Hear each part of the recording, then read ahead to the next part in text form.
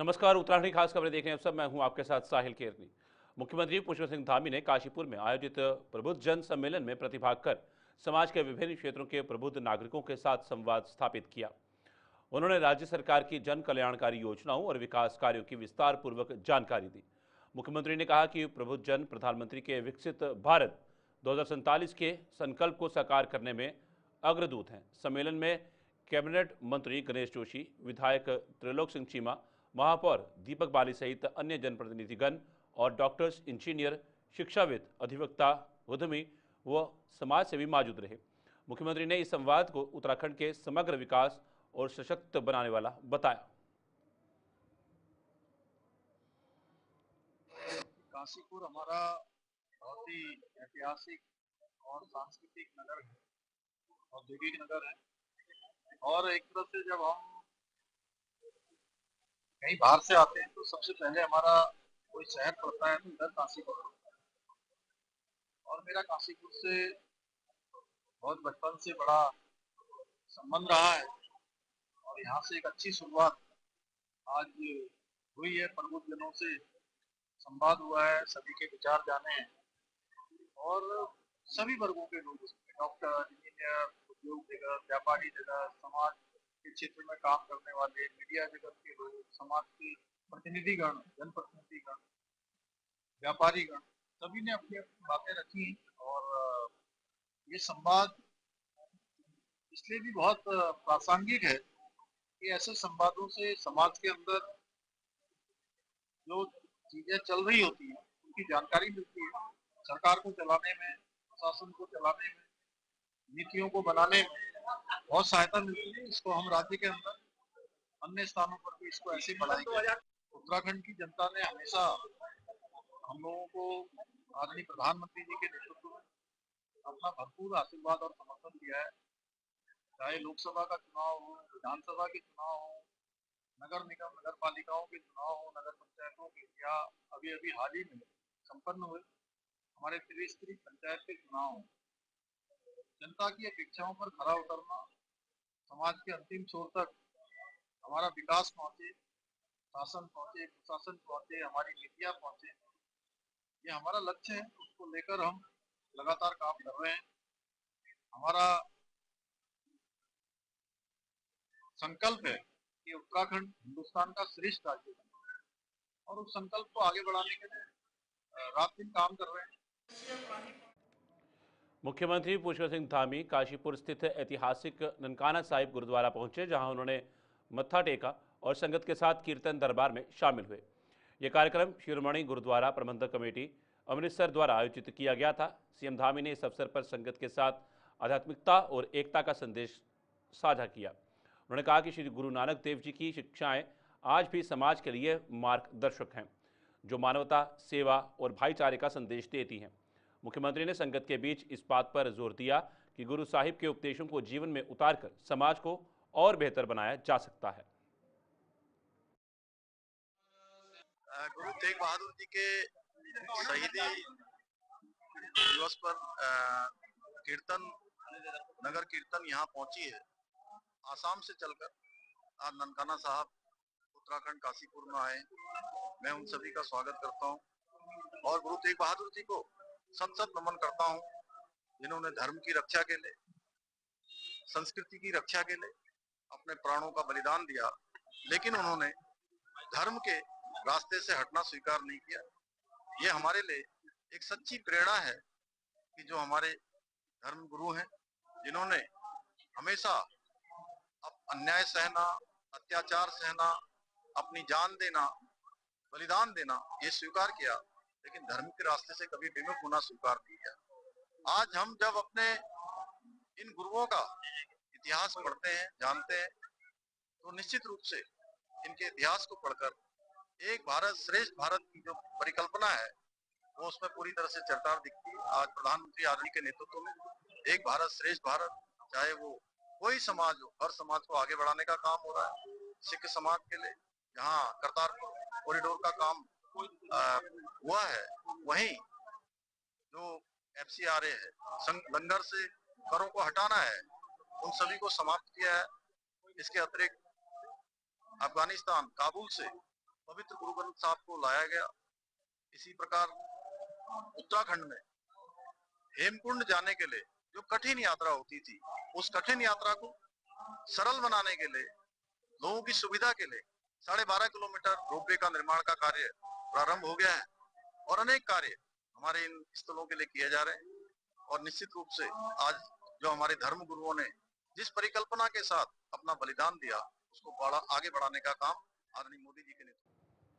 उत्तराखंड सरकार प्रदेश के पर्यटन को बढ़ावा देने के लिए लगातार नई योजनाओं पर काम कर रही है ताकि राज्य की अर्थव्यवस्था को मजबूती मिल सके और देश विदेश से आने वाले पर्यटकों को बेहतर सुविधाएं उपलब्ध कराई जा सकें। इसी कड़ी में पर्यटन विभाग द्वारा एक निजी होटल में कार्यक्रम आयोजित किया गया, जहां प्रदेश के अलग अलग हिस्सों से आए स्टेक होल्डर्स के साथ पर्यटन को लेकर गहन चर्चा की गई। पर्यटन मंत्री सतपाल महाराज ने कहा कि सरकार का उद्देश्य है कि उत्तराखंड के पर्यटन स्थलों को विश्व स्तर पर पहचान दिलाई जाए। साथ ही होमस्टे योजना को बढ़ावा देकर स्थानीय लोगों को रोजगार से जोड़ा जाए। इस दिशा में सभी संबंधित विभाग मिलकर काम कर रहे हैं। कार्यक्रम था, उसमें सभी हमारे जो स्टेक होल्डर्स हैं सभी पार्टिसिपेट कर रहे हैं। उसमें विचार विमर्श हुआ, हमने भी अपने आइडियाज़ दिए। हमने इस समय काफ़ी शाक्त है, वैष्णव सर्किट है, नवग्रह सर्किट है, विवेकानंद सर्किट है, महाशु सर्किट है, गोलजू सर्किट है, सब बाकी चर्चा की है और कहा थोड़ा सा डाइवर्सिफाई करिए और भी जो हमारे सुरभ्य स्थान है वहाँ पर यात्रियों को ले जाने का प्रयास किया जाए और इससे हमारा टूरिज्म व्यापक बढ़ेगा और फैलेगा। चारधाम यात्रा उत्तराखंड में हाल ही में आई आपदा से हुई भारी क्षति का आंकलन करने के लिए अंतर मंत्रालय केंद्रीय टीम प्रदेश पहुंच गई है।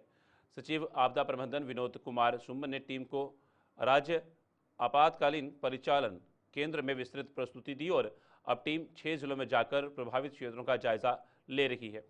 2 दिन तक टीम आपदा प्रभावित इलाकों में जाकर न केवल क्षति का निरीक्षण करेगी बल्कि प्रभावितों से भी बातचीत करेगी। सरकार ने केंद्र से 5,702 करोड़ रुपए की विशेष सहायता मांगी है ताकि क्षतिग्रस्त परिसंपत्तियों का पुनर्निर्माण किया जा सके और भविष्य की आपदाओं से संरचनाओं की रक्षा हो सके।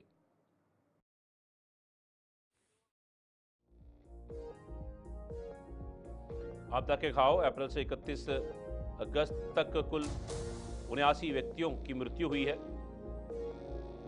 जबकि आपदा के दौरान 90 व्यक्ति लापता हुए हैं। 115 लोग आपदा के दौरान घायल हुए हैं। आपदा में कुल 3,953 छोटे बड़े पशुओं की मृत्यु हुई है।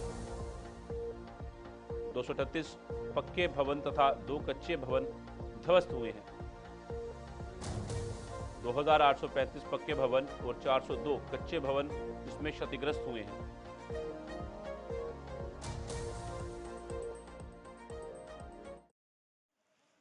देखिए, टोटल हानि जो है वो आपदा से टोटल हानि जो भारत सरकार को हम लोगों ने विवरण भेजा है, उसमें हम लोगों ने जो लॉस हुआ है उसको भी शामिल किया है। उसके साथ साथ कोई सड़क का लॉस तो नहीं हुआ, अभी सड़क पे यातायात चल रहा है, बट सड़क का पुस्ता नीचे से, सड़क का नीचे से पोर्शन ऐसा या किनारा उसका ऐसा धंस गया है, किसी आबादी को काफी खतरा पहुंच गया है। वो सब मिला के हम लोगों ने 5700 करोड़ रुपए का प्रस्ताव भारत सरकार को भेजा है। हमारे प्रस्ताव के क्रम में भारत सरकार ने एक IMCT टीम का गठन किया है, जिसमें विभिन्न मंत्रालयों के लोग हैं। वो टीम आई है, टीम के साथ सुबह हमारी बैठक हुई है।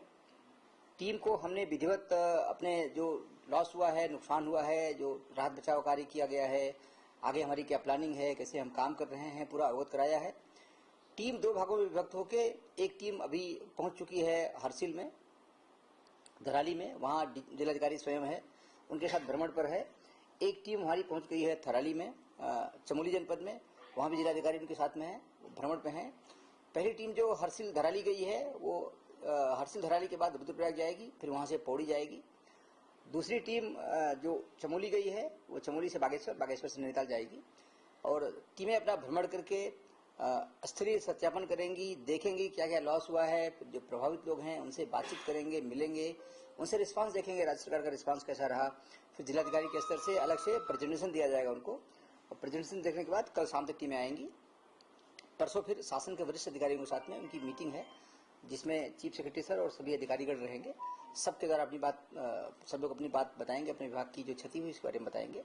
फिर भारत सरकार को निर्णय के लिए प्रस्ताव भेजेंगे IMCT, फिर जो निर्णय जो हमने 5,700 करोड़ रुपए का भारत सरकार को प्रस्ताव भेजा था उसके बारे में अवगत कराया है। डिपार्टमेंट वाइज क्या क्या चीज़ें हुई हैं, कितनी डेथ्स हुई हैं, कितने मकान बहे हैं, कितने मकान टूटे हैं, कितने पशुओं की डेथ हुई है, कितनी सड़कें बही हैं, कितनी सड़कें टूटी हैं, वो डिटेल में जो हमने अब तक आपदा में 3 तरह के काम होते हैं, एक तो आपदा के पूर्व, एक आपदा के दौरान, एक आपदा के पश्चात।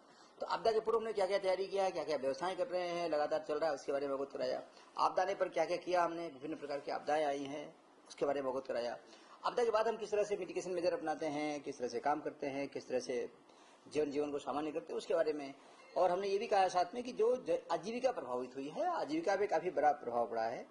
जैसे महीने भर से यात्रा बंद है, बहुत सारे होटल्स, ढाबे, दुकान, सोवेनियर शॉप और व्हीकल्स, बहुत सारे होम स्टे और ऐसे बहुत सारे एस्टेब्लिशमेंट हैं जो पूरी तरह से आजीविका जिनकी टूरिज्म पे डिपेंडेंट है, वो पूरी तरह से लड़खड़ा गए हैं, उनको नुकसान काफ़ी हुआ है।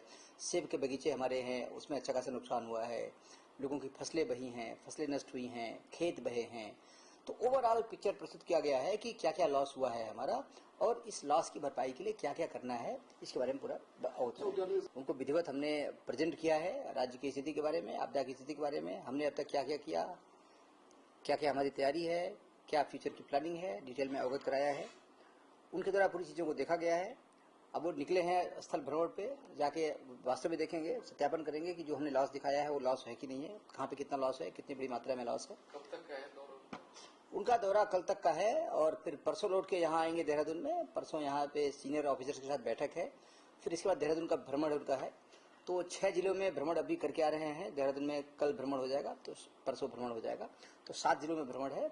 और उसके बाद फिर जो है IMCT अपनी रिपोर्ट सौंपेगी भारत सरकार को। उसके उपरांत एक कार्रवाई होती है पोस्ट डिजास्टर नीड असेसमेंट की, उसका प्रस्ताव भी भारत सरकार को चला गया है। भारत सरकार उसका भी बहुत जल्दी नोटिफिकेशन जारी करेगी और उसके लिए अलग से टीमें आएंगी। वो ये समिति ये बताएगी जो IMCT आई है कि कितना नुकसान हुआ है कि नहीं हुआ है। दूसरी टीम बताएगी कितना पैसा दिया जाना है इनको नुकसान के बदले। तो वो टीम एकदम से इससे अलग होगी टीम, फिर टीम जो बताएगी फिर उसके अनुसार भारत सरकार का।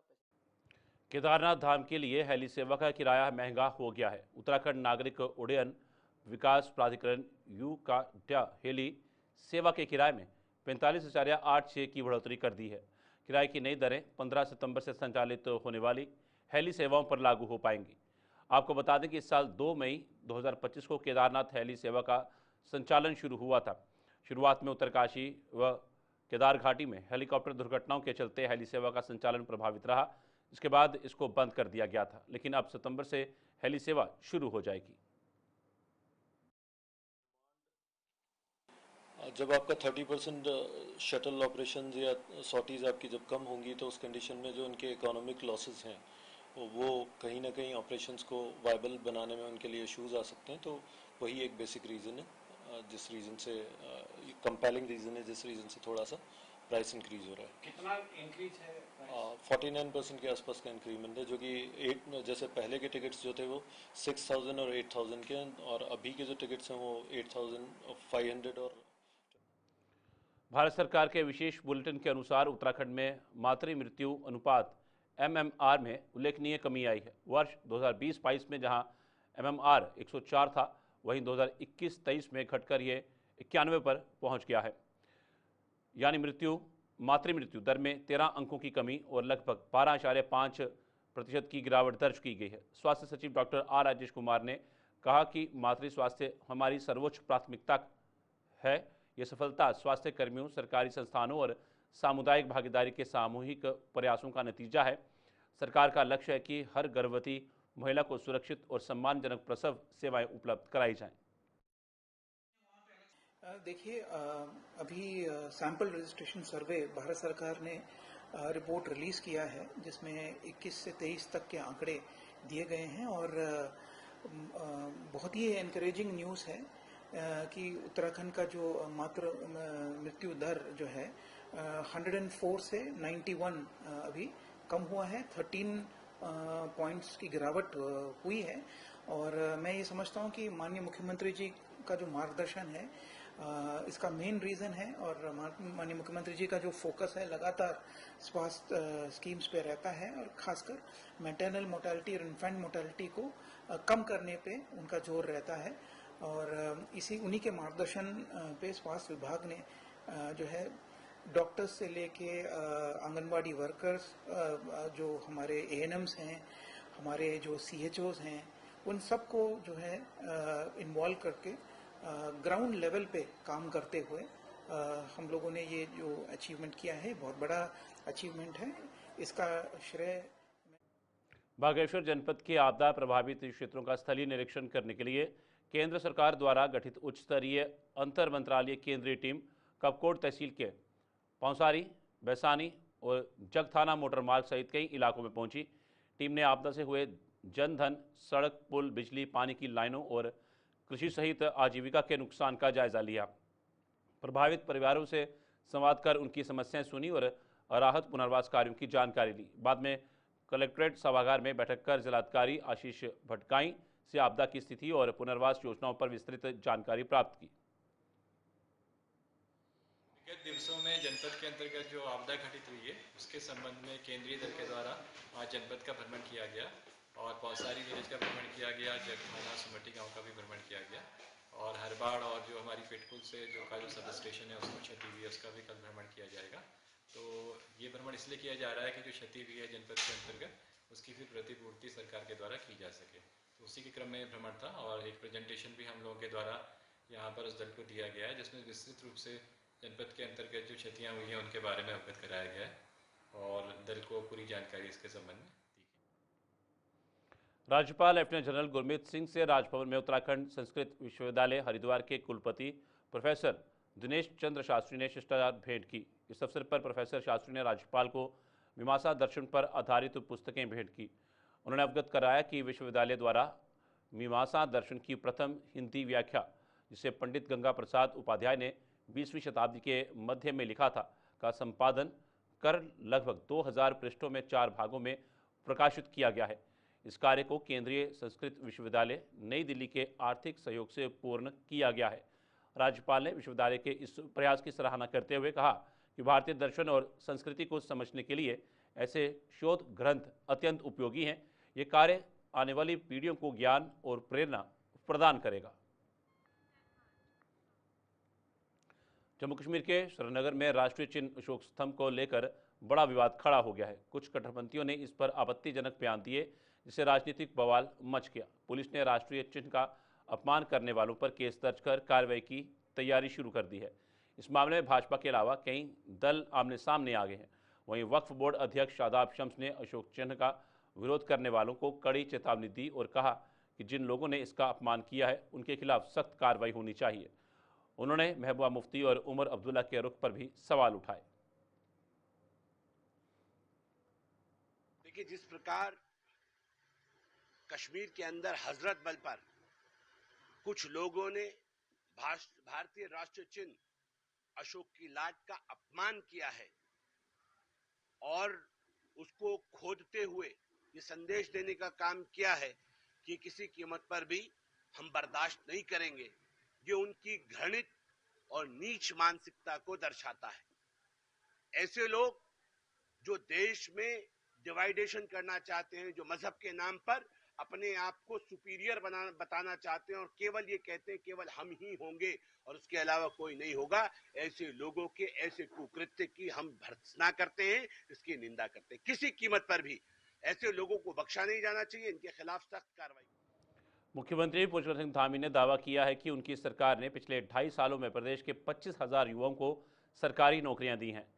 सीएम धामी का कहना है कि उत्तराखंड में देश का सबसे कठोर नकल विरोधी कानून लागू होने के बाद किसी भी भर्ती परीक्षा में पेपर लीक की घटना सामने नहीं आई है, जिससे भर्ती प्रक्रिया पारदर्शी हुई है। वहीं कांग्रेस प्रदेश अध्यक्ष करण मेहरा ने सरकार के इस दावे पर सवाल खड़े किए। मेहरा का कहना है कि यदि सरकार ने वास्तव में 25,000 युवाओं को नौकरी दी है तो लाभार्थियों को अपॉइंटमेंट लेटर देकर और श्वेत पत्र जारी कर पूरी लिस्ट सार्वजनिक करनी चाहिए।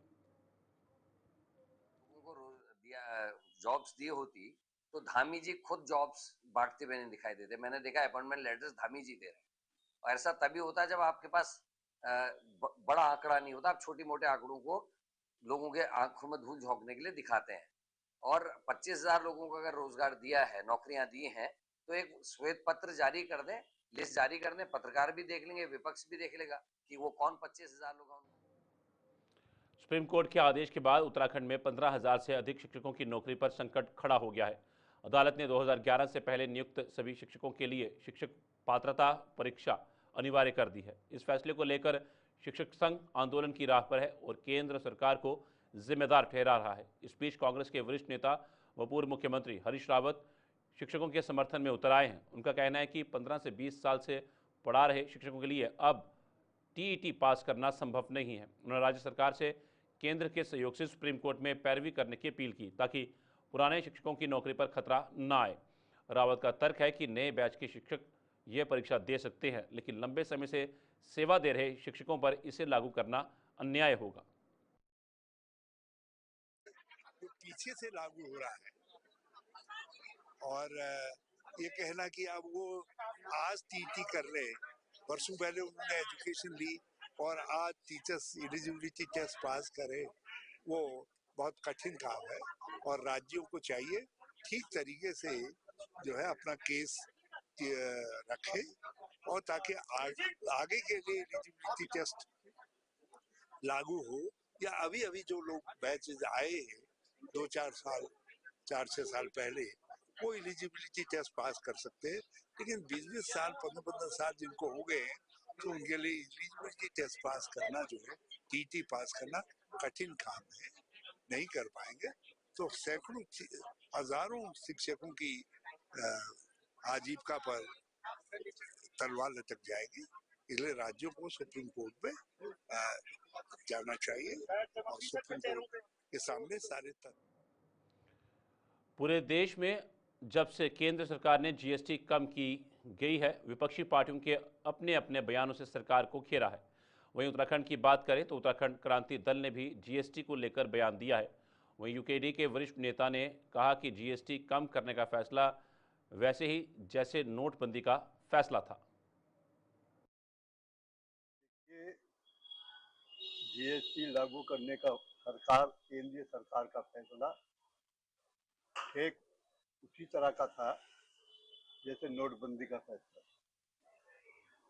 जीएसटी लागू करने का जब कोई अच्छा प्रभाव नहीं हुआ तो सरकार को मजबूर होना पड़ा कि उसे दरों को कम करना पड़ा। उक्रांद पहले से ही जीएसटी का विरोध करती थी और उसका मानना था कि जीएसटी लागू नहीं होनी चाहिए, लेकिन सरकार, क्योंकि सरकार के जो फैसले होते हैं वो मनमाने तरीके के होते हैं। मोदी जी के फैसले में कोई चूचरा सरकार में भी नहीं करता। जिस तरीके के फैसले वो लेना चाहते हैं उस फैसले को लागू किया जाता है, उसके लाभ और दुष्प्रभाव को नहीं सोचा जाता। सरकार को जब जीएसटी के लागू करने के दुष्प्रभाव नजर आने लगे तो सरकार को उस फैसले को वापस। हल्दूचोट स्थित लाल कुआं लाल बहादुर शास्त्री राजकीय स्नातकोत्तर महाविद्यालय में छात्रों ने प्रवेश प्रक्रिया को लेकर जोरदार विरोध प्रदर्शन किया। छात्रों का आरोप है कि खराब मौसम और रविवार होने के कारण वे अंतिम तिथि तक फीस जमा नहीं कर पाए, जिससे उनका प्रवेश प्रभावित हुआ। साथ ही नए छात्रों को मनपसंद विषय न मिलने से पढ़ाई में परेशानी हो रही है। महाविद्यालय की प्राचार्य प्रोफेसर सीमा श्रीवास्तव ने कुमाऊं विश्वविद्यालय को पत्र भेजा है और निर्देश मिलने पर छात्रों का प्रवेश सुनिश्चित करने का आश्वासन दिया है। प्रदर्शन में छात्र नेता खजान चंद्र आर्या, सुमित सिंह कार्की और अन्य प्रमुख रूप से शामिल रहे।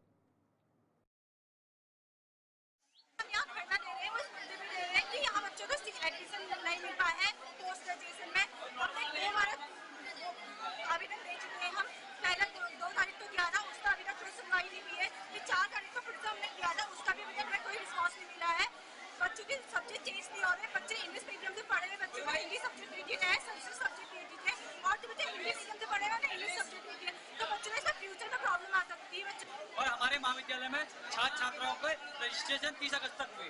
उसके बाद पोर्टल उनके एडमिशन के लिए बंद कर दिया गया, उन्हें प्रवेश ही नहीं दिया गया और महाविद्यालय में सीटों की कमी के कारण कई छात्र छात्राओं को अपने मनपसंद सब्जेक्ट नहीं मिल पाए। उसे मजबूरी में दूसरे सब्जेक्ट दिए गए हैं महाविद्यालय से और कई छात्र छात्राएं यहाँ पे को क्लासों में दिक्कत होने में बैठने के लिए, लेकिन वो यहाँ पे आंदोलन कर रहे हैं हमारे साथ।